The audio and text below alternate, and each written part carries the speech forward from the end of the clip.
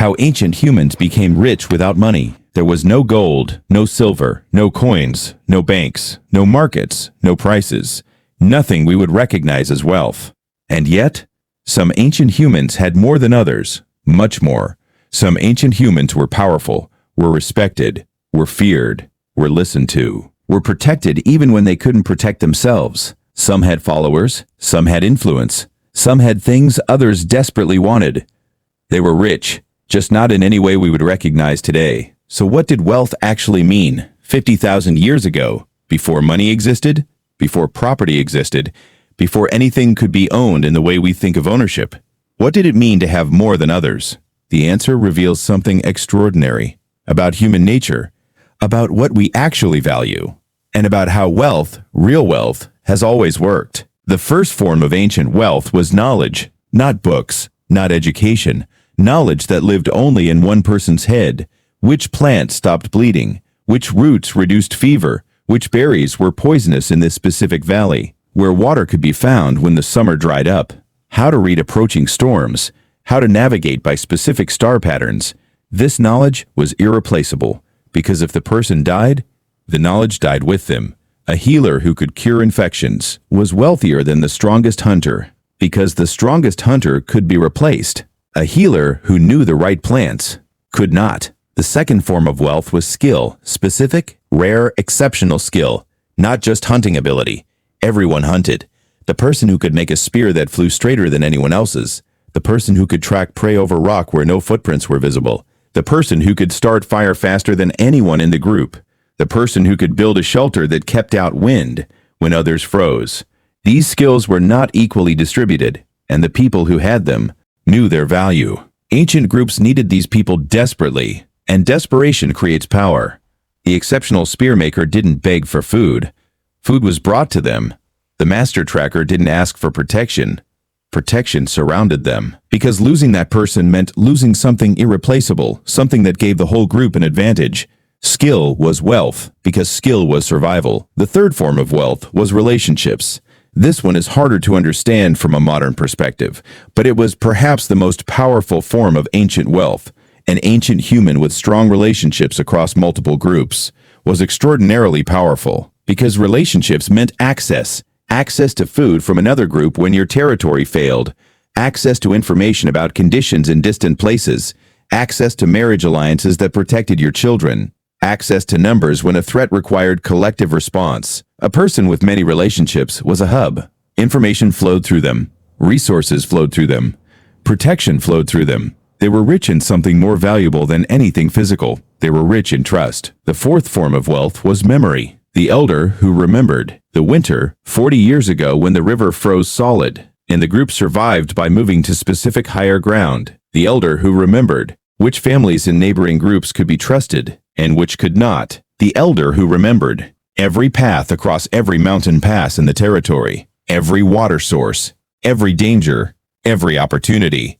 This person was a living library, and libraries are never poor. Ancient groups treated their memory keepers with extraordinary care. Evidence from archaeological sites shows individuals buried with exceptional richness, objects of obvious value surrounding their remains, signs of a lifetime of care and protection. These weren't always the physically strongest people. They weren't always leaders in the way we think of leadership. They were remembered because they remembered. The fifth form of wealth was objects. But not the objects we would choose. Not gold, not jewels, not luxury items. The most valuable objects in the ancient world were tools that worked. A blade that held its edge, a needle fine enough to sew tight seams, a container that didn't leak. These sound ordinary. They weren't. Making them required rare skill and rare materials. A flint knife made from a specific type of stone, found only in specific locations, hundreds of miles away, was extraordinarily valuable. Because acquiring it required either the ability to travel or the relationships to trade, and travel and relationships were themselves forms of wealth. There was also something else, something harder to define. Ancient humans valued what we might call spiritual power, the shaman who could communicate with invisible forces, the ritual specialist who knew how to ensure a successful hunt, the person who understood the correct ways to honor the dead. These people held power that operated completely outside physical logic. A powerful warrior might hesitate, before crossing someone who spoke to the spirit world. Spiritual authority was real authority, and real authority was real wealth. There were also objects of beauty, beads carved from shells, found hundreds of miles from any coast, ochre pigments traded across enormous distances, feathers from specific birds, jewelry made from specific bones. These objects had no practical value whatsoever, and yet ancient humans traded for them, carried them enormous distances, buried their most important dead surrounded by them. Beauty was wealth, because beauty communicated status, and status was protection. An ancient human wearing objects that said, "I have relationships far away. I have resources others don't. I have access to the rare," was communicating something important. Don't underestimate me, because ultimately, ancient wealth was about one thing: survival advantage. Every form of wealth that mattered gave you a better chance of being alive next year. Knowledge kept you healthy, skill kept you fed, relationships kept you protected. Objects communicated status, status attracted allies, and allies meant survival. The interesting thing is this: the wealthiest ancient humans were not necessarily the strongest, or the fastest, or the most aggressive. The wealthiest ancient humans were the most useful, the ones whose presence made the group more likely to survive, the ones whose absence would have made the group weaker, the ones who other people genuinely did not want to lose. Wealth was never about having more than others. Not really, not at its foundation.